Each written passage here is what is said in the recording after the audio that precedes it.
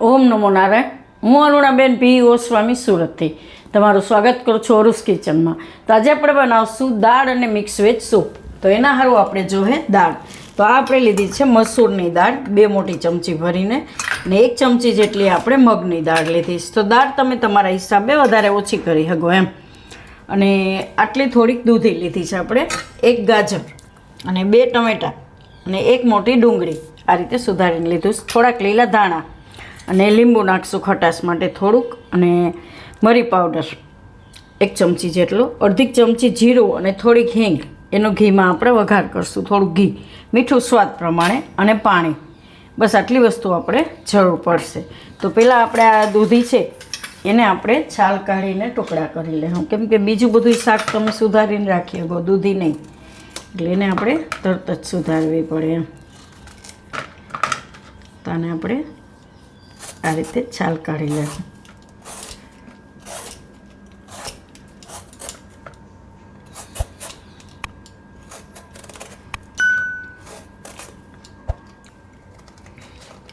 તો આ રીતે આપણે એને છાલ કાઢીને ટુકડા કરી લેવાના. એટલા થોડાક મોટા મોટા કરશું તો ચાલશે એમ. તો દૂધી આપણે સુધારી લીધી છે. તો એને લઈ લઉં આપણે કુકરમાં. આમાં ભેગું નાખી દઉં આ ટમેટાં અને ડુંગળી અને ગાજર.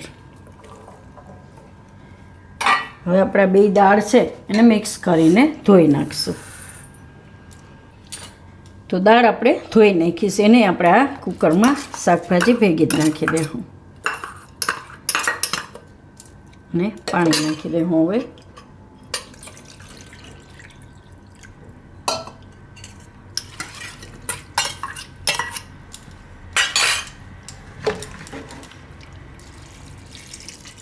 તો આ રીતે આપણે બધું શાકભાજીની ઉપર પાણી હોય એટલું પાણી નાખવાનું છે આ રીતનું. હવે એમાં નાખી દઉં મીઠું આપણે સ્વાદ પ્રમાણે.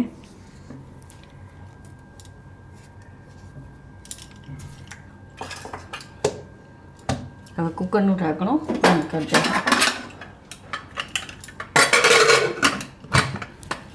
અને મૂકી દઉં ગેસ ઉપર. ગેસ ચાલુ કરી દઉં. આને આપણે 3 વિસલ થઈ જાય ત્યાં સુધી એને બફાવા દેવું એમ. તો કુકર આપણે ઉતારી લઈશું. હવે જોઈ લઈ ખોલીને.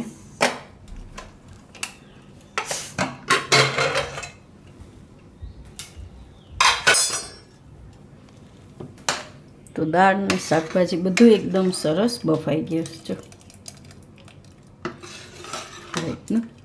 હવે આમાં આપણે બ્લેન્ડર ફેરવી લેવું. તો થોડુંક પાણી નાખીને એમાં બ્લેન્ડર ફેરવી દેવું.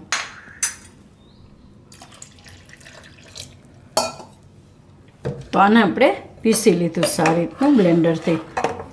એકદમ સરસ મસ્ત થઈ ગયું છે. હવે આને આપણે કઢાઈમાં લઈ લેવું.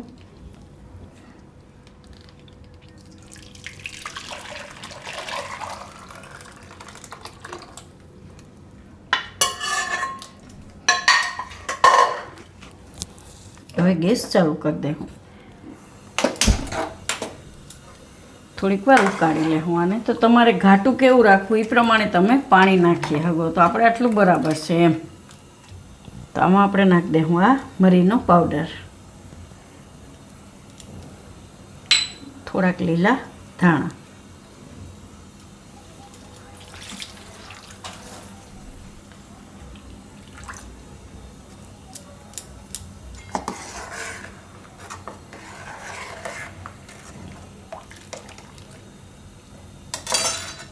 થોડીક વાર ઉકાળી લેવું એને આપણે. મસ્ત લાગશે ગરમા ગરમ પીવામાં. તો આ ઉકળે ત્યાં સુધીમાં આપણે સાઈડમાં વઘાર કરી લેવું. અહીંયા ગેસ ચાલુ કરશું. એમાં આપણે નાખી દેવું જે આપણે થોડું ઘી લીધું હતું એ. આ ઓપ્શનલ છે, તમારે વઘાર કરવો હોય તો કરો, નહીં તો એમનેમ તમે પી શકો એમ. અને ઘીનો વઘાર કરો, તેલનો કરો કે માખણનો, ગમે એ વઘાર કરી શકો તમે. આમાં આપણે નાખી દઉં આ જીરું. તો જીરું થોડીક વાર એને લાલ થવા દેવું.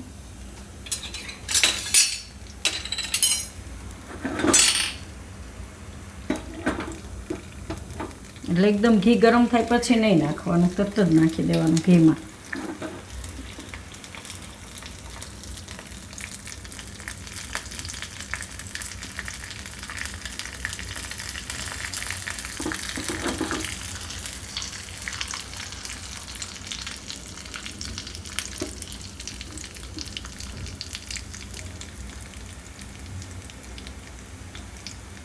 બસ આવું થવા દેવાનું. તો ગેસ બંધ કરી દે હું,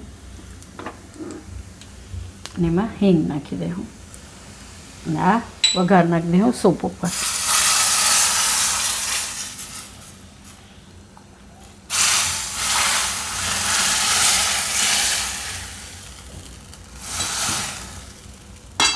એકદમ મસ્ત ઉકળી ગયો છે.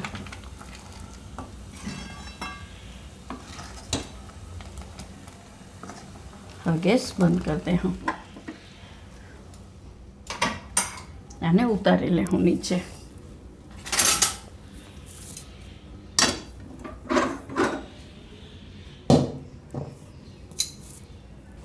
તો આપણાને હવે લીંબુ નાખી દે હું નીચે ઉતારી પછી.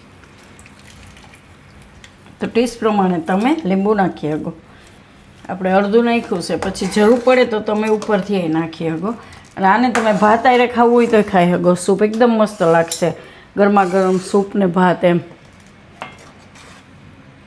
તો આને આપણે હવે કાઢી લેવું એક વાટકામાં.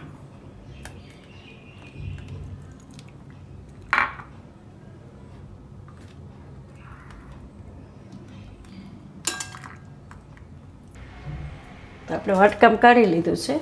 ઉપરથી થોડાક લીલા ધાણા નાખીશું, મસ્ત લાગે.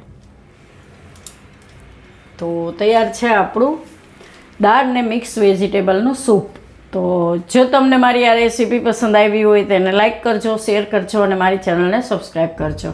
અને બેલ આઇકન દબાવવાનું ના ભૂલતા. કમેન્ટ કરીને કહેજો કે તમને કેવું લાગ્યું આ દાળ અને મિક્સ વેજીટેબલનું સૂપ.